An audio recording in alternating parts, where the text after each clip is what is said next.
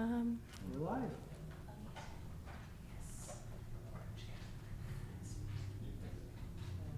Let me make sure. Let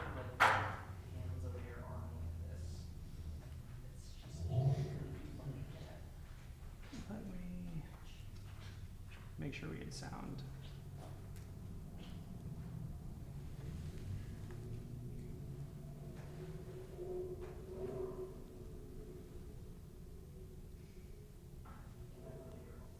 Yep, we have sound. All right, you're good. Okay. I'm also pretty sure Leah is coming. Oh, would someone be willing to maybe keep the door open for a little bit and sit Yeah. over there Yeah.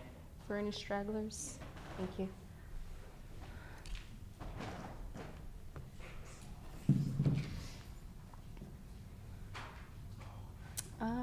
John, would you fix the lights? Thank you. Appreciate you. Steps to set it up. I know.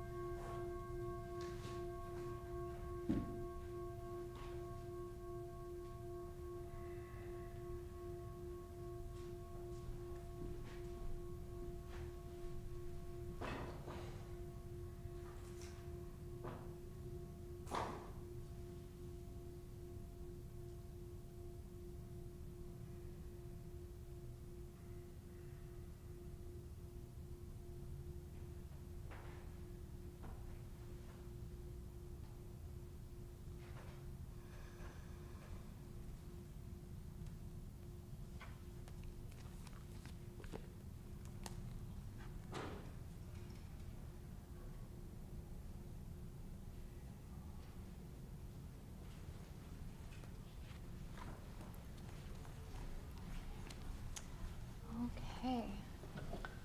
Hello, everybody, and welcome to Dharma Punx, Seattle. For this week, well, let me backtrack real quick. So the last time I was here, we talked about generosity, and in that, last week I took a trip to the monastery, and one of the things, I got to sit down and talk to one of the monastics for a little bit, and a question that has been rumbling around in my brain as far as one of the things that I notice in lay communities, that's what we call us, the people with houses and not in robes, is we really struggle to establish a daily meditation practice. I've seen that in a lot of the people that I've worked with. I've seen that in my own practice. It seems to be a pretty consistent theme. And, you know, as a aspiring soon-to-be therapist, I've started taking things through the feminist lens, which is less about like, oh, what's wrong with me that I can't do this, and what's maybe wrong with the environment that might be causing some of these conditions. And that led me to, well, when Buddhism was created, when the Buddha started this whole thing, one of the big aspects that was a part of that was the connection to the monastic community, that they were a life force, a life cycle that fed each other and reinforced each other. Whereas, you know, yes, we have Sangha, we emphasize Sangha in our lay groups. Ultimately, it's like, cool, we see each other once a week, our community once a week, and then we go back to our homes and we are pretty much practicing in isolation for the most part. And I've debated how much that actually sets us up for a more difficult time. And I don't necessarily have the answer to that, but it's something that I wanted to pose to the monastics. And, you know, he didn't really have a lot to say on that other than just sort of agreeing that, you know, that is an issue, is a problem. And I asked for, you know, maybe some further suggestions on, you know, how one might approach a lay community. And one of the things that he pointed out, which I've seen in my own practice, and is that we tend to really focus on dukkha, on suffering. We really hyper-focus on the negative aspects of the practice. And granted, that's what the Buddha taught, suffering, end of suffering, like that was his kind of main headlining shtick. But there's a lot of other areas in between suffering and the end of suffering that have a lot of positive qualities. And so one of his suggestions to me was to try to bring some of that energy into the community, to, obviously teach suffering, the end of suffering, but also, with not forgetting the more positive qualities that can be developed, because I've seen in my own life, if I'm hyper-focused constantly on looking for what's wrong, where attention goes, energy flows, and trying to open and expand that a little bit. So sort of serendipitously, the last time I was here, we did generosity, and that is the first of a list, which was the list he suggested that I go for, which are the 10 perfections, or they're called in Pali the 10 parami. And so I just thought maybe we would just go into the next one, number 2 today, and talk about maybe a little bit about what are the parami. So precursor on those, they came after the Buddha. Theravadan Buddhists sat down and said, hey, this would make a cool list, essentially. They are also considered a path to freedom from suffering. So that can be a little confusing, because it's like, well, we have the Eightfold Path as the path to freedom from suffering. Why are you giving me a second path? That can be challenging to a little understand which path. And really the way that I have typically looked at the Eightfold Path is like building a house, right? It's all different aspects to create something. And the parami are more like, how do we furnish the house? Where the Eightfold Path can be more structural, like this is how I should structure my life and things that I should think about developing in this way. The parami are more like, okay, I may be in some more like immediate crunchiness. What are some things that I can turn to that are really practical? And so that's what the 10 perfections are, qualities to develop that are more inward focused rather than outward, but there's parallels, as I will get into. So the second of the parami is Sila, or also known as ethics, morals.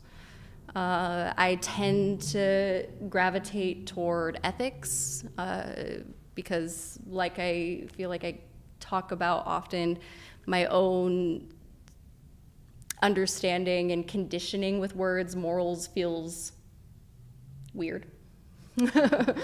Like I know I got them, but like I don't want something else to tell me I should have morals or these specific morals. Looking at it as a frame of ethics, I find to be more useful. Maybe some resistance there, but when I start to consider, okay, there's lots of professions that have ethics that I'm grateful have ethics. Counselors, doctors. I would be pretty upset if they didn't have ethics. And so that's what Sila is for us. And Buddhism has kind of given us a code of ethics that we can live by. And what do ethics do? Ethics in most fields aren't typically law. Sometimes they are, but typically aren't necessarily law, right? They're more things that keep us accountable to ourselves and keep us from harming others. And so framing it from that way, I find to be a little bit more palatable rather than just being like, I should adopt these morals because the Buddha said so. It's like, oh, okay, these are things that I can use essentially to develop empathy. And in case I'm weak empathetically in an area, then I can lean on these Sila principles that I'll get more specific with later to sort of sub in when I'm maybe falling short or not seeing clearly, because fuck do I not see clearly sometimes. So that's sort of the overview of Sila. We'll get more specific later, but we'll start with the question, which is, what role is integrity playing in your life? So you can kind of take that however you would like. Is there an area in your life where integrity feels like it's being compromised? Is there a place in your life where your integrity is feeling like a strength, something that feels sort of at odds? I know that in my own practice that can be something that's pretty challenging, feeling like, I know I shouldn't lie about this, but do I want to fucking protect my ass because I'm scared? Or just, something to that effect. So, and yeah, just reflecting on integrity, what that means to you right now. All right, so yeah, find your groups. Yeah. I believe in you. I believe in you. How do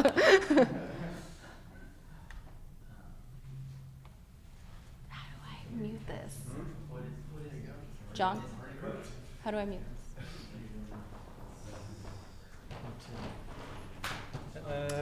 This battery is low. Oh, I should plug that in, huh? You guys want to be right? Sure. So.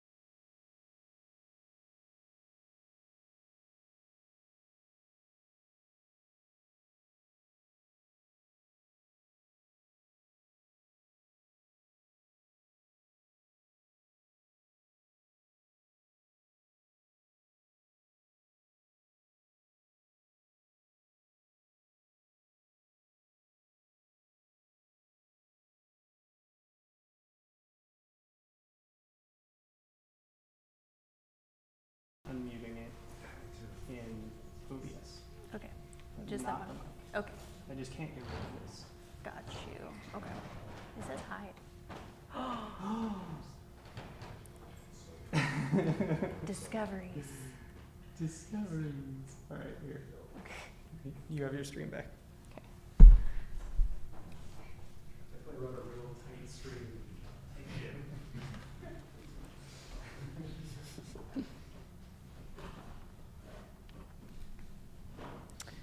All right, so we'll meditate for about 30 minutes.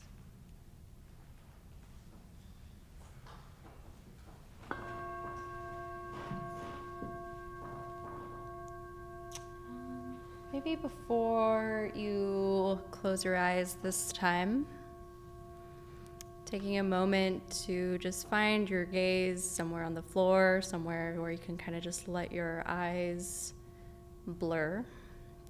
We often introduce meditations with some amount of checking in with the body, but maybe doing something a little bit more intentional, adding a sort of knock at the front door.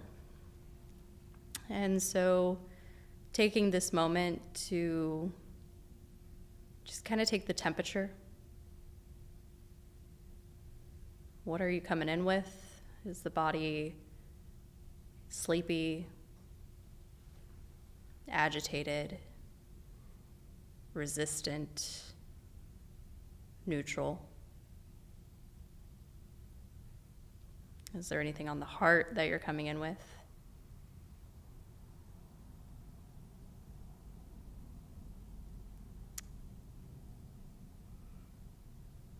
Finding the breath and maybe setting an intention with the meditation. If you were doing this alone, maybe you would pick what meditation you were going to do before you went into silence. But for now, setting some kind of intention.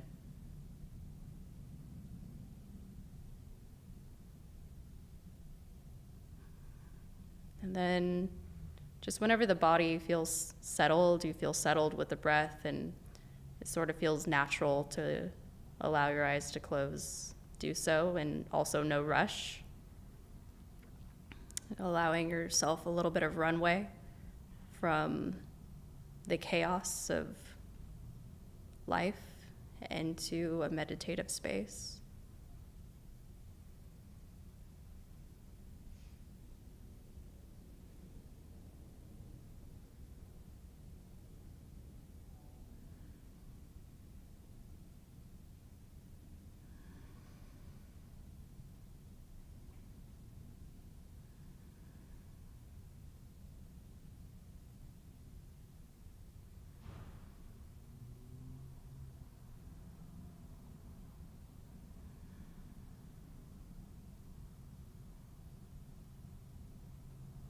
Staying with the breath.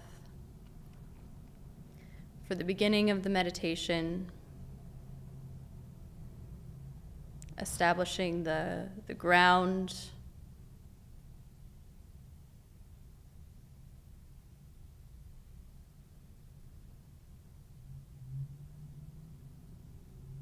the foundation,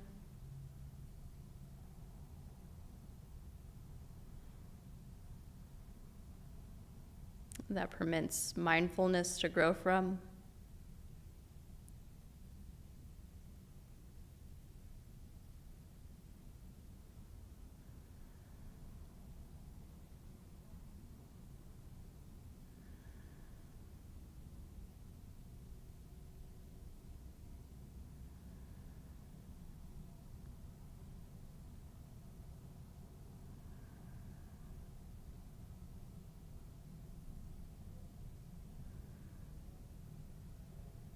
If the mind feels very agitated or restless, it's extra difficult to stay with the breath. It's always a little difficult to stay with the breath. Maybe adding a mantra or a phrase in between the space of each breath.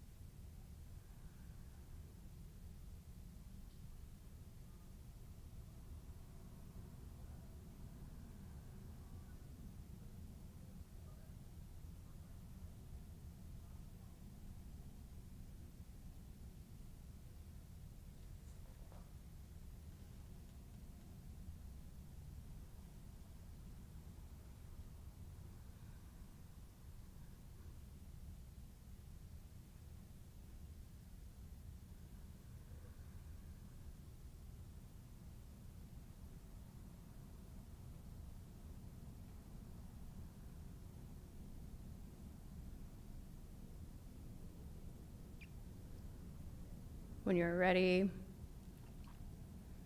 on that next inhale, letting the breath reach the top of your head, at the crown.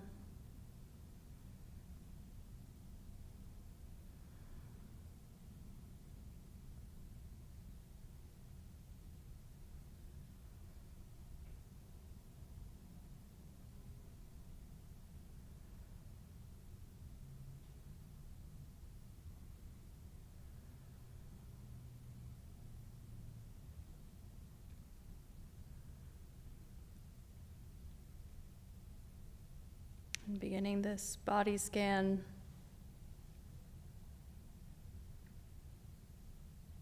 we'll move with the breath down the skull, the back of the skull,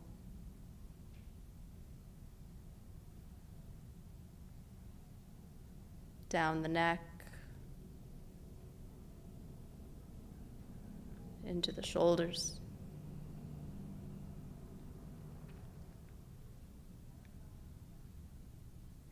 Breathing in and out of this space where many of us carry tension and stress.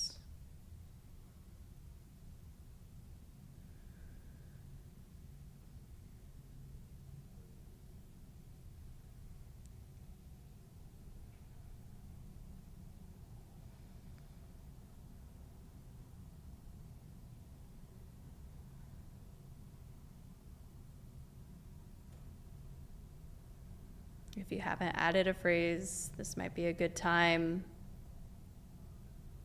to add something that embodies kindness or compassion. Ease.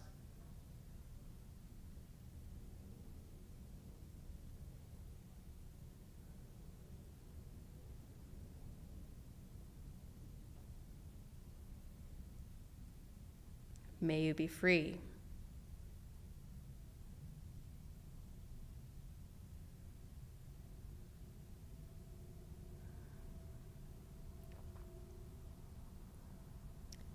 I love you.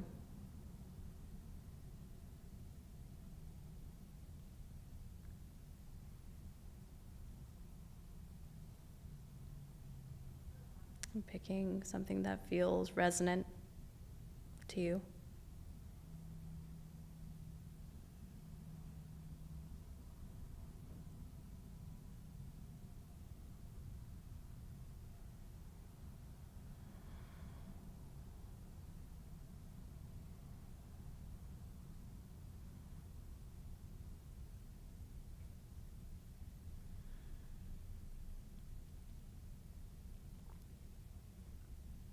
Moving down the spine, each vertebrae,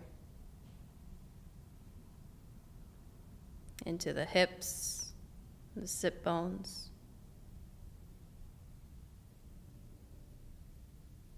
Making contact with the chair or couch or cushion.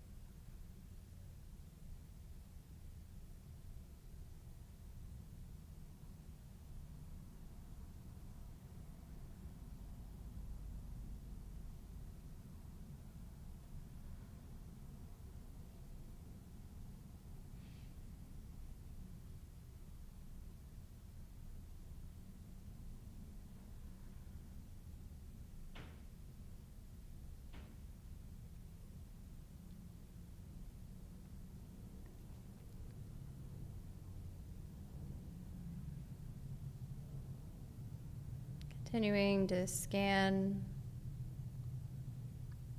with the breath, down the back of the legs, calves, to the soles of your feet, whether they're meeting the ground or not, feeling the connection between you and this earth.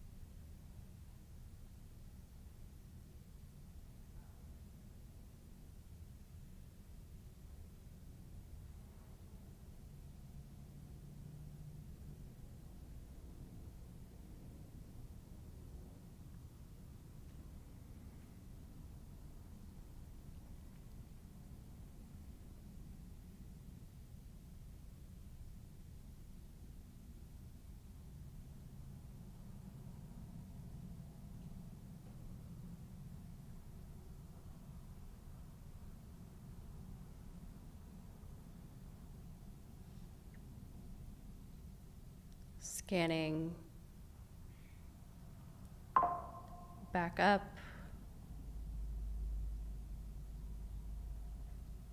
coming through the front face of the body,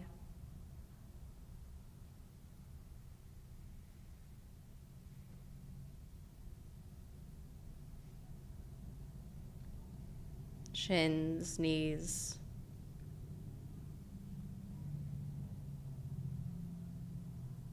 trying to notice maybe a part of the body that doesn't often get acknowledged.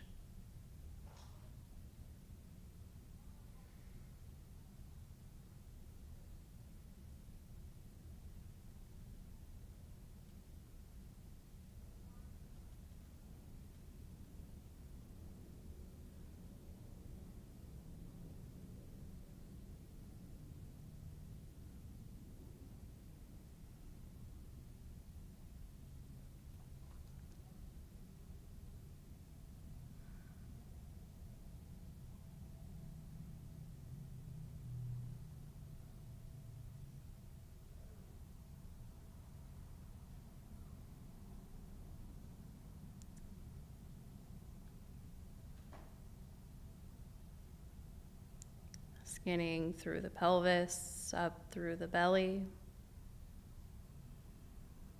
And taking a moment to breathe the rise and fall.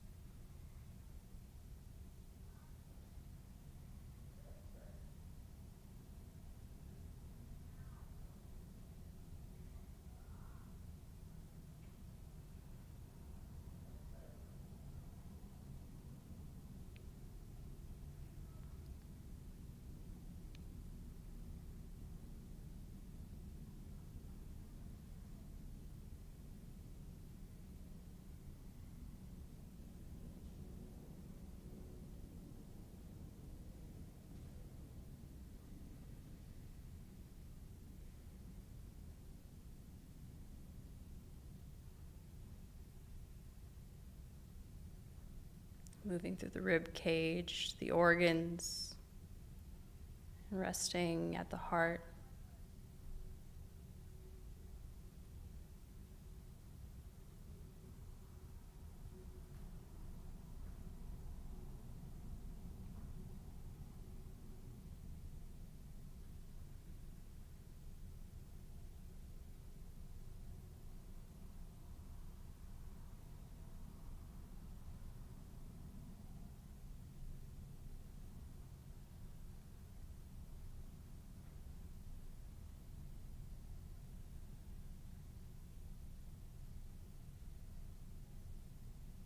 If you've lost track of your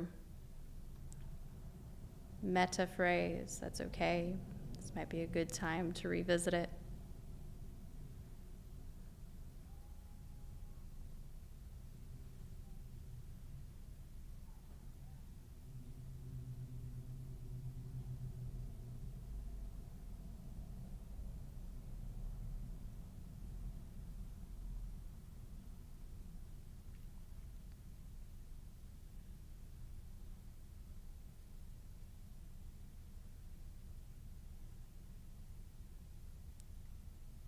Scanning down through the arms,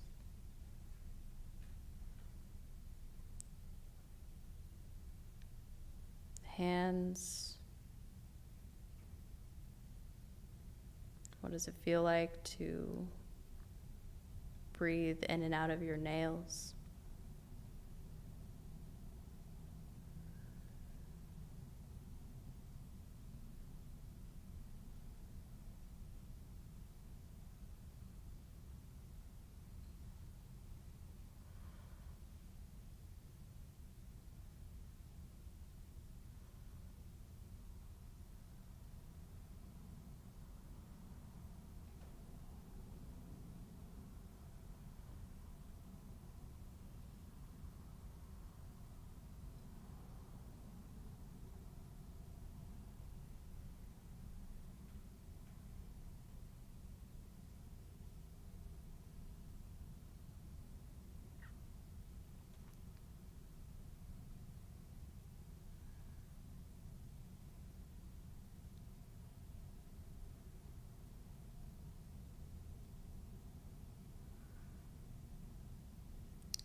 Scanning up through the throat, into the face.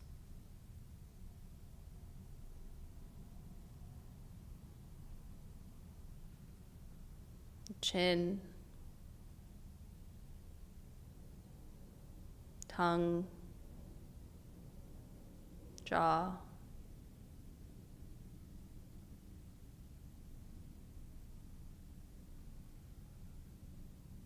Feeling your eyes and their eye sockets.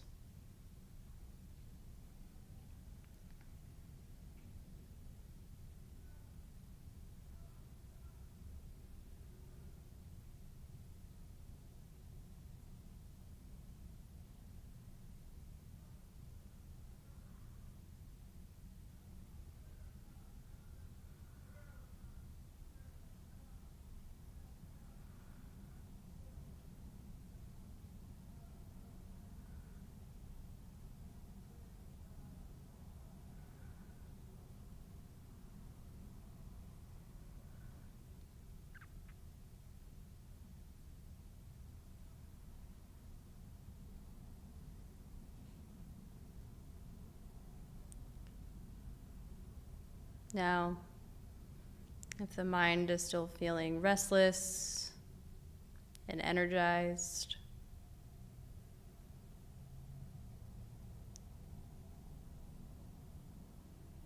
finding your breath at the point that is most easy for you. Rise and fall of the belly or chest, or breathing in and out of the nose. If the mind feels like it has settled,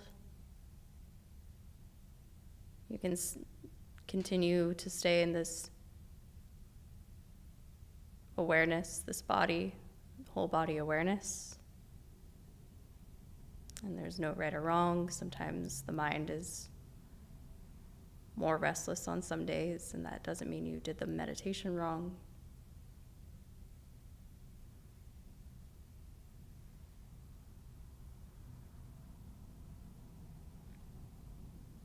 But wherever you are, begin to incline your mind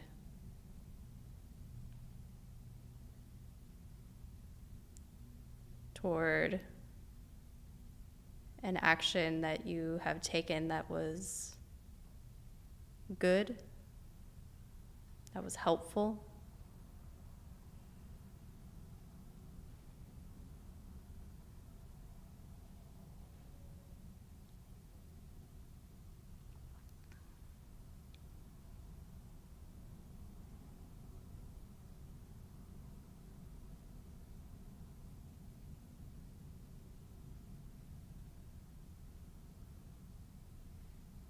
So often we thumb through the memories of the bad things that have happened to us,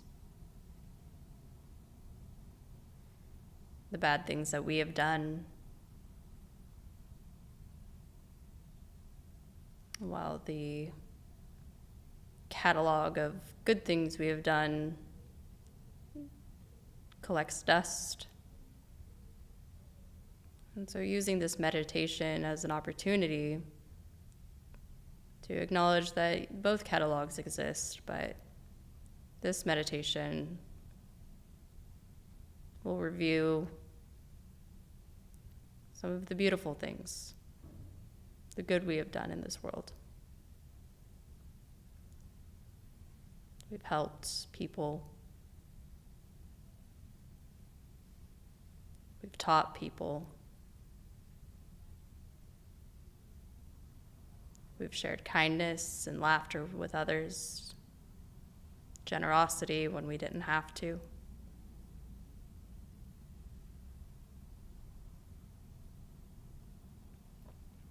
And despite what the mind says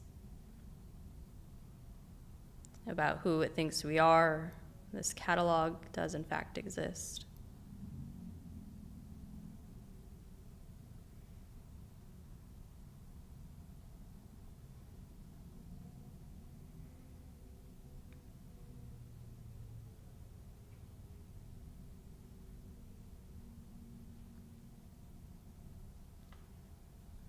Sometimes the mind will want to resist. We feel it might be too egoic.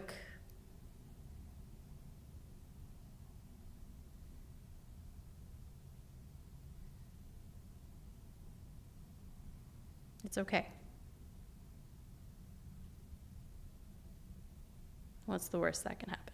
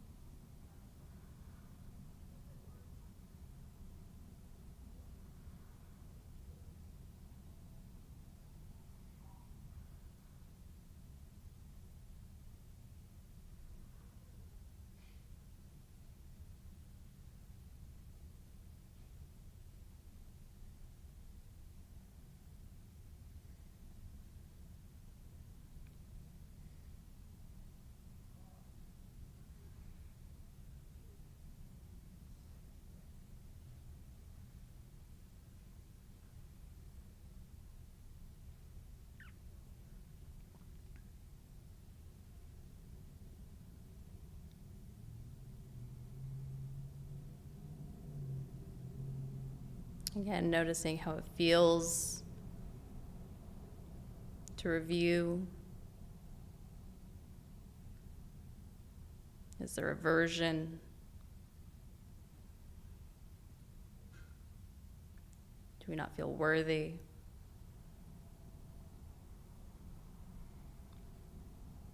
Does it feel good? Inclining the heart into brightness.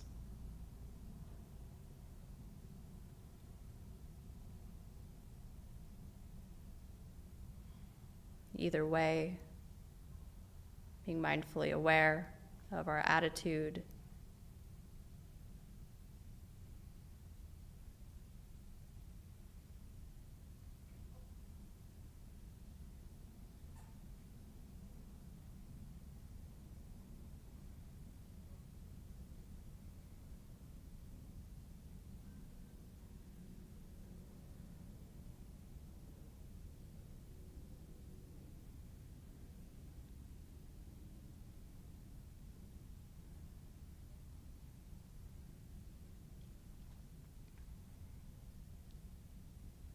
Now,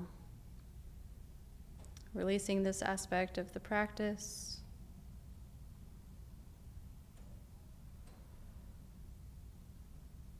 And as the bell rings, trying to carry forth any energy, your intention, trying not to open the eyes and forget that you just did a meditation.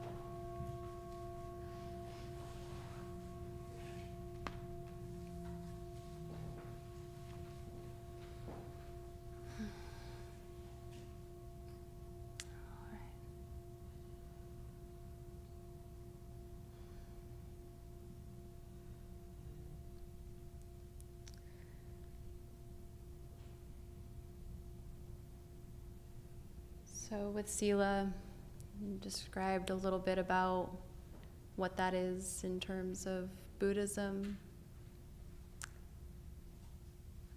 We'll move on to how. How do we do it? It's one thing to know what it is, but from a Buddhist framework, how do we apply that? This is where you get the inception of lists. I wish I had a flow chart that I could be like. And I don't know, maybe some people don't find this useful. I definitely didn't really find it that useful in the beginning of my practice, but the more that I practice, being able to see how this ties into the other words that I hear in Buddhism, and other talks and the things I read about, I have found to become more helpful. So if it's not your vibe right now, I'm sorry. That's just the way we're going. So Sila is considered one of three main headings, we'll say, right? So there's Sila, and then there's concentration, and then there's wisdom. These are the three main headings of Buddhism. Whereas mindfulness, that's another talk. Concentration, Sila, wisdom. So with concentration, your next subheading would be from the Eightfold Path, which is right action, right livelihood, and right speech. So we start connecting these dots. You've heard the Eightfold Path probably several times. Connecting those, if you're ever confused on what that means, you can plug that in. Okay, so what does it mean? Right speech, right livelihood in terms of our practice. That's where we find the final list, which is the 5 precepts, and we'll talk a little bit about that. The 5 precepts are the guidelines, essentially, the rules, the ethics. So that would be starting with not killing.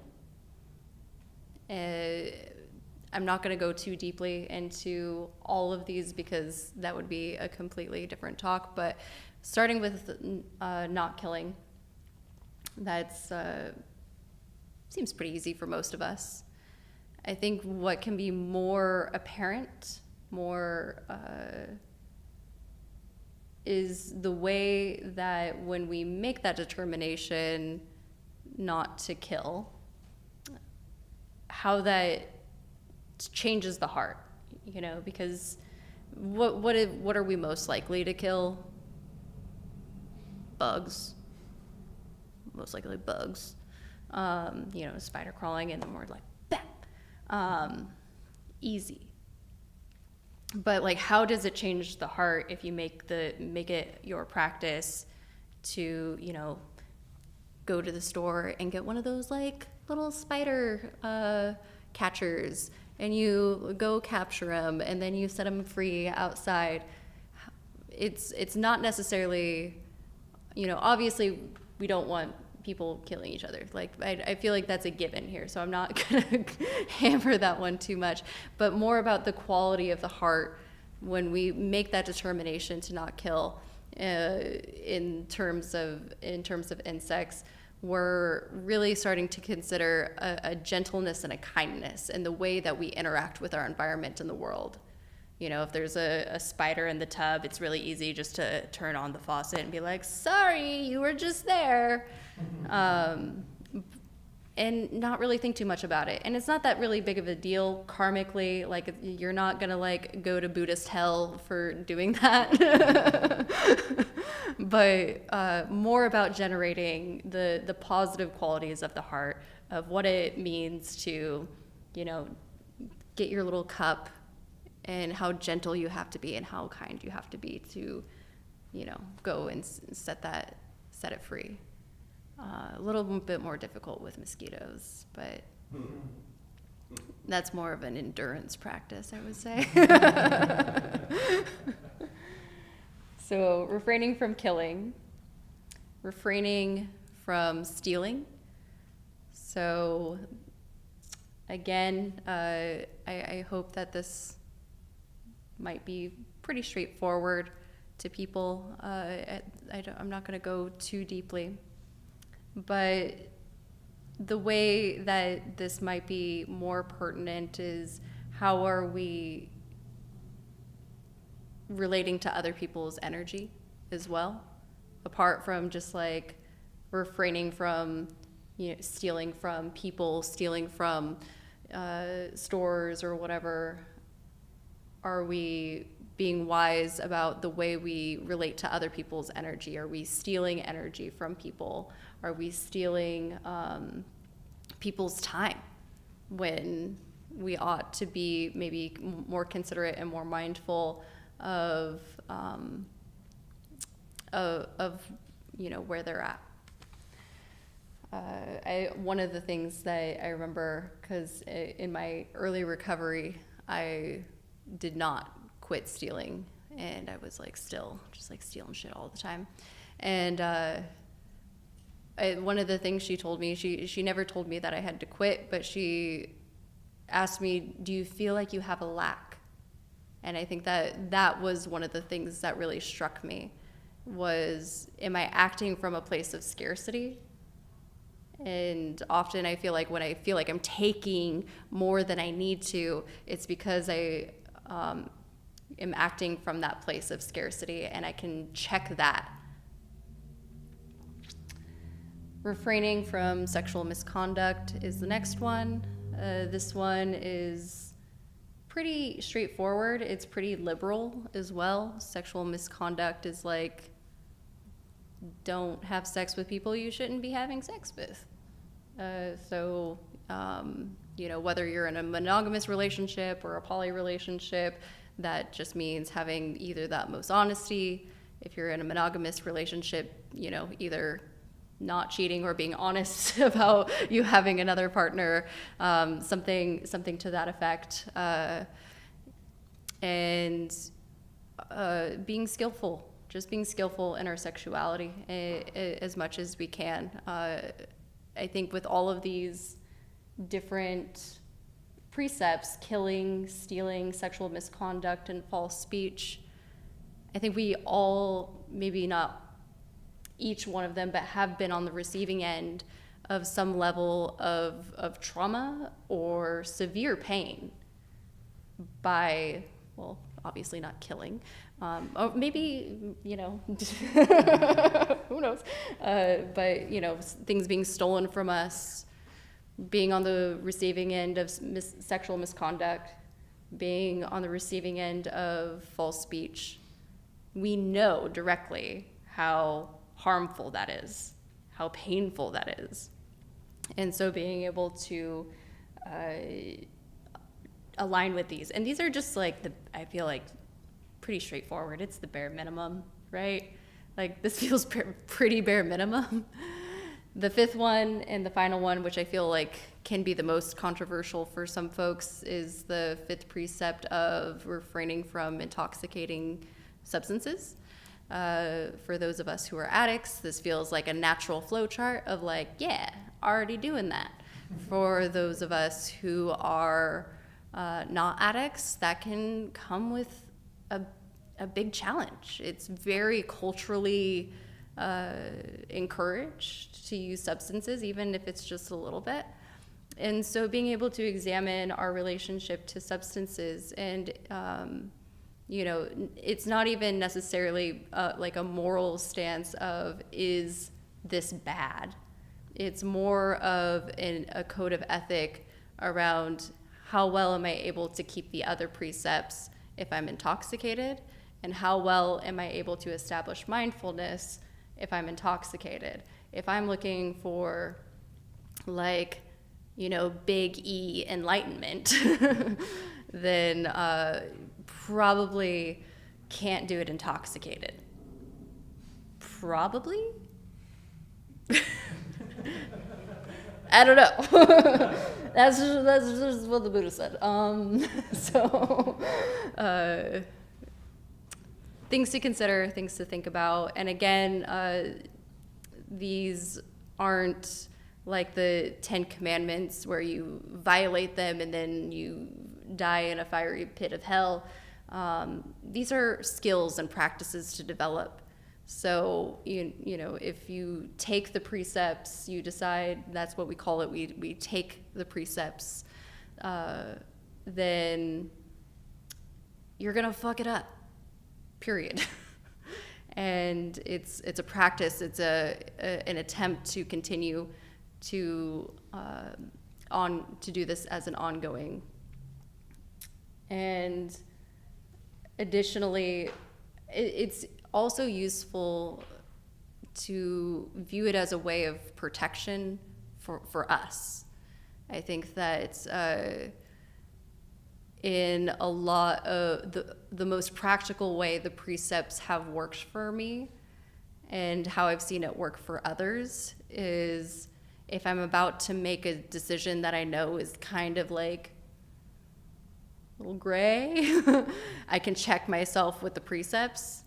Am I gonna break one of these?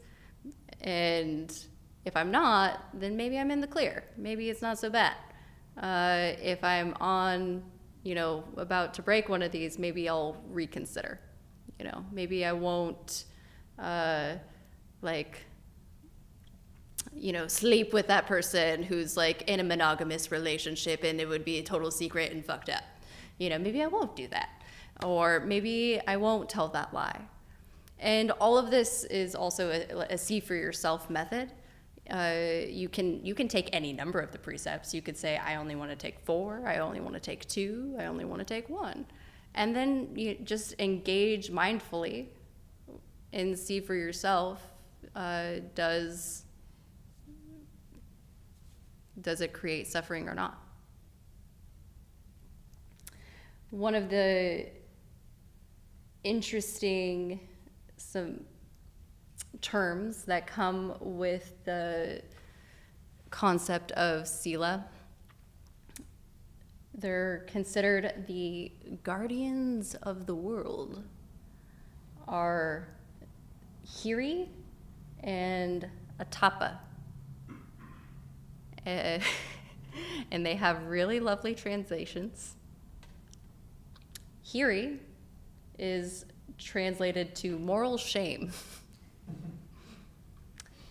And Atapa is translated to fear of wrongdoing, as being the guardians of the world. A little bit of this, I think, comes down to poor translation, not great translation. This is one of the ongoing issues in Buddhism, is all of this has been translated from ancient text. They went with moral shame. What they meant by this, though, that I think is the important and relevant part, is I think that we all have that piece of us that when we deviate from our values, when we step out of our integrity, we have that little voice that says, fuck, you really missed it on that one, didn't you? And that's not a bad thing. And I think I really enjoy that it's considered one of the guardians of the world, because it's like saying, hey, that little voice, if everybody fucking listened to it, whoa, can you imagine? I can't imagine. Beautiful. It'd bring tears to my eyes. So that moral shame, maybe there's a different term that we could come up with besides that. That's a little excessive. But having that voice that says that wasn't right is actually a really useful skill in our practice. And to then not let Mara grab a hold of it, as Mara typically does, because in our Western society, one of the things that we know is that self-hatred within us is abundant. There's this story about how a Westerner was asking the Dalai Lama a question about, like, how do you deal with self-hatred? And the Dalai Lama just didn't get it. He just didn't understand the question. He was just like, the translator had to explain it a little bit further, because at first the Dalai Lama was just like, oh, it's just a little thing of the mind, no problem. And then the translator had to explain a little bit more, and he was just like, oh, that's messed up. How unfortunate that y'all have that. So being sure, to develop that aspect of the practice, that we can have this sense of shame without it crossing over into self-hatred, crossing into guilt, that we can keep this in a space that is just a guiding force keeping us on our path. I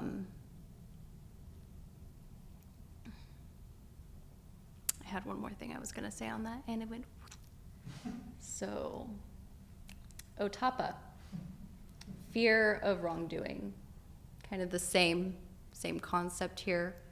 The term meaning we have some amount of discretion around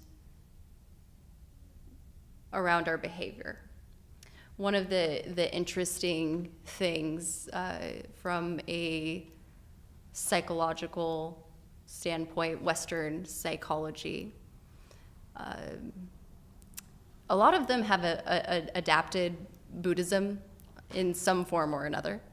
Especially the more modern versions of Buddhism have a lot of parallels, and they've, taken pieces of it, cherry picked of what seems to be best, and it's really worked in a lot of ways. Back in, say, probably around 2005, despite all of the development, recurrent depression was at about a 5 to 10% success rate of recovery, only 5 to 10%. After that, a lot more mindfulness practices came through, mindfulness cognitive behavioral therapy to be one of them. And they did studies on this, and they thought they fudged the numbers, because it went from 5 to 10% up to 50%. Pretty fucking significant for those who had some kind of mindfulness practice. One of the things that has been speculated and wondered about why it's been left out is Sila, right? Like, okay, cool, you've even compassion has been started to be pulled in from Buddhism and all these other parts, but Sila, which we know to be one of our clear foundations in this practice, continues to be sort of just like, well, not that one.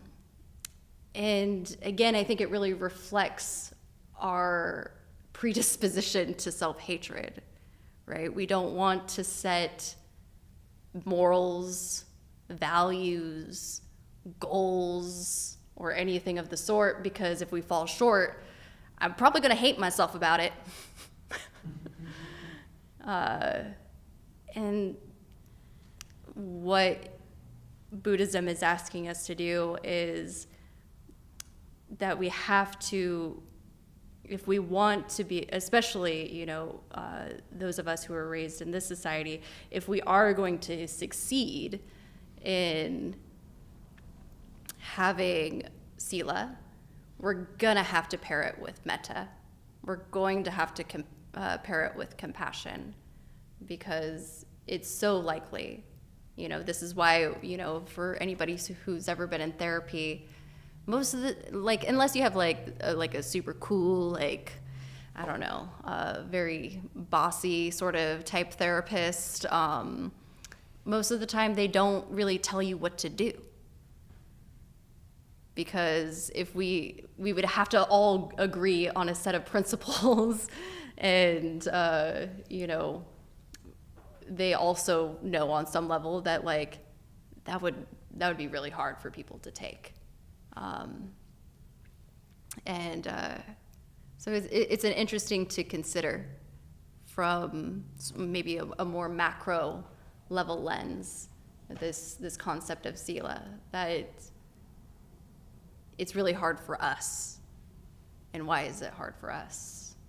Because we have this inclination to hate ourselves if we fall short. So we don't set standards often. And so the challenge is to go ahead, to try anyway, and let the guardians Hiri and Atapa protect your heart. And that is what I've got for today. Any questions, thoughts, comments? Yeah, question. Yes.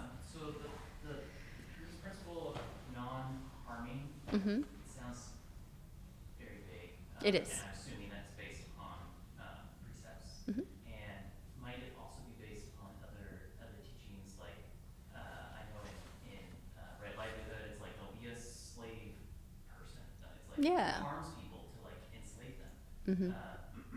But when you were going through this exercise of I'll look at the precepts to see if I'm in the clear, the precepts don't specifically rule out a lot of things that I'm certain would make me feel bad if I did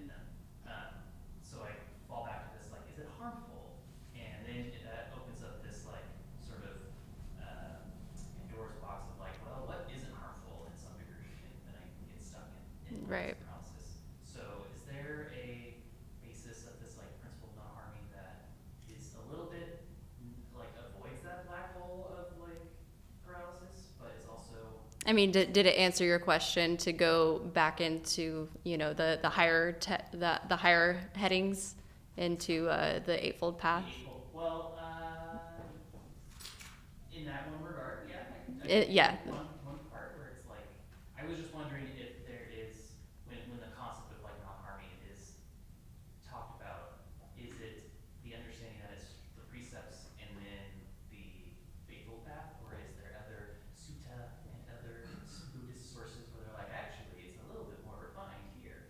Nope, that's about as refined as they take it. That's it. Yeah, unless you're a monk, then you can take on 221 precepts. That was my next question, was how come we only have to do the first 5? Because those ones are the ones that create karma and cause harm Well, the other in ones that don't. way.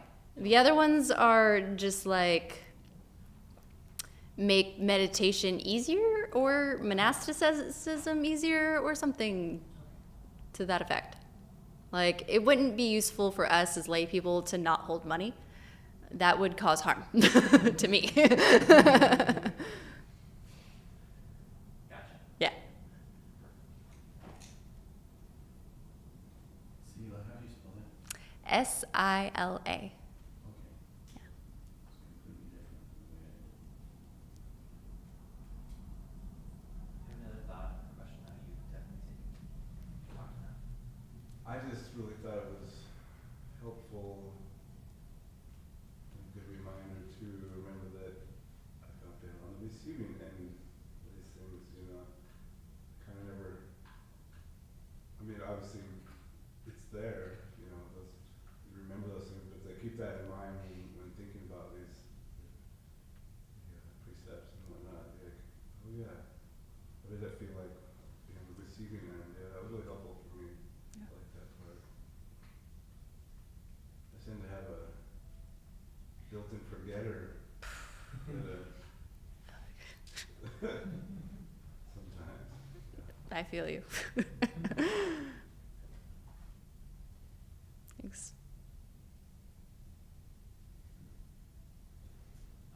So I have a thought about sort of Western society's inundation with self-hate, right? Like as you were kind of tying it into sort of the psychological viewpoint, and saying that you can have a sassy therapist who will tell you what to do, and I've had those before, and it's pretty great. It's also a lot of downsides. And it's true. It's like for the most part, they don't tell you what to do because like it's hard to get agreement on what there is to do. But we take it so, and they don't want to tell you the wrong thing. Be like, I don't know your life. I only see you for like an hour every now and then. Mm-hmm. I could tell you what I might do, and it might blow up in your face and like hurt you or whatever. Or you might incur some harm and take it really personally, and this will like ruin it'll hurt your self-image and like further your self-hate. I wonder if there is a relationship between the Buddhist reincarnation karma like view and the Western like, you have one chance to get this right or you're going to hell. So, so in Buddhism, in Eastern cultures, they can be like, well, you can fuck off and break all the precepts. It's just going to create bad karma. I don't care. Yeah. Or you're just going to come back as like, whatever. Who knows? Yeah. But not you, but there's this idea of it's not a one and done. This is your only chance to be a good person, and if you've already fucked up so much, why bother? Mhm. I wonder if there's a relationship there. Yeah. I'm not sure. It's a cool. Well, it's like the Dalai Lama didn't understand this idea of self-hate. Right. Being from an Eastern culture, especially like Tibet, just not understanding the concept of hell is kind of wild. Right. But then once you notice what it is, once you understand it, you're like, oh, that's really unhelpful. But if you don't have this idea of like, I have one lifetime and then it's heaven or hell, which I think is seeped into our culture, even if you're non-religious. Yeah. Even if you're not religious, it's still kind of Who like. am I to tell you what to do because like I can't get it wrong for you, or you're gonna think you're going to hell. Yeah. So like we gotta just not have standards. Right. Great, Yeah. great solution. It is a fantastic solution, isn't it? It's working. fantastically. We're like breaking records in mental health. Bad records. the bad kind. I just, I started this whole process 5 years ago. Before that, I was working on, 12-step program, and the whole amends process where they say unless to do so would harm others. Mm-hmm. That whole concept, I don't know if it's a gray area or not, but at the same time, I've run into that in recovery, Mm-hmm. where if I was to divulge this, it would hurt somebody, Yeah. on an emotional level, and I've faced up to that. Sometimes it hurts me. I don't know. It's very there's a little bit of gray area to that. I would say, I don't think it juxtaposes the Buddhist concept, the 5 precepts at all. But at the same time, I'm like, if it's gonna really, wreck somebody's life, Mm-hmm. do you not divulge that? Yeah. I don't know.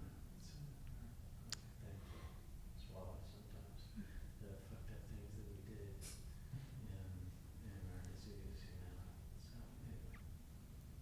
anyway.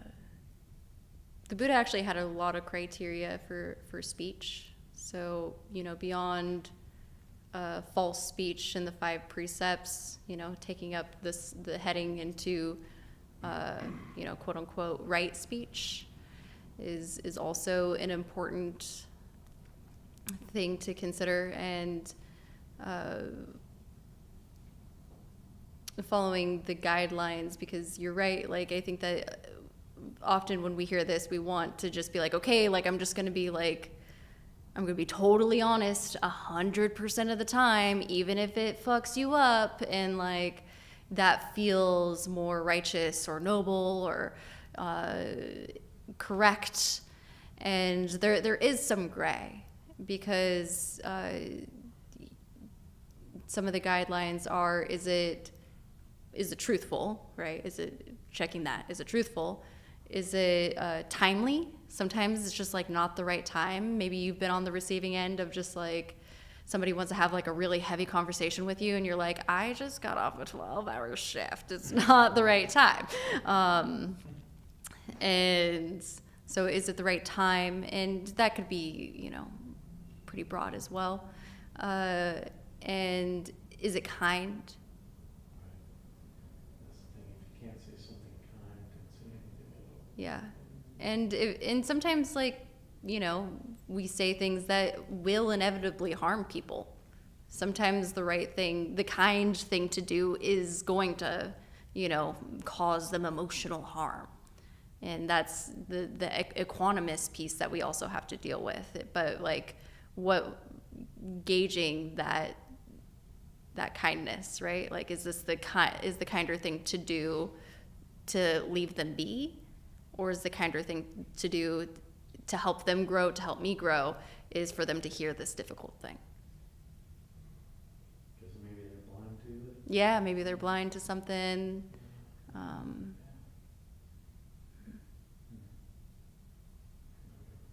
Yeah, it's a tough one. All right. We will end there. The monastery donated many books, though they are freely offered. So there's not a ton of them, but first come, first serve. On that note, donations, Donna, this is freely offered as well. There is a $5 to $10 suggested donation. If you have less, give less. If you have more, give more. All of the funds go to paying the rent here, additional costs that might need be needed here at Dharma Punx or above and beyond goes to Against the Stream Meditation Society. I have Cash App and Venmo if you need that. All right. If you would like, we'll end with the dedication of merit.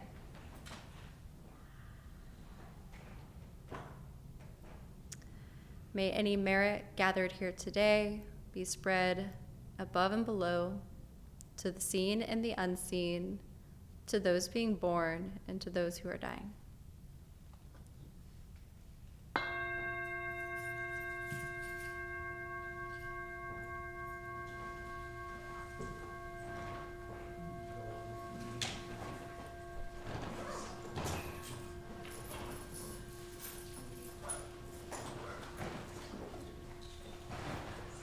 How do I make it stop? Wanna pause it? You go to Google, YouTube, What? Excuse me? and so in the YouTube thing here, there's an end stream button. Oh, okay. So the Ajahn Amaro books, this is like granddad to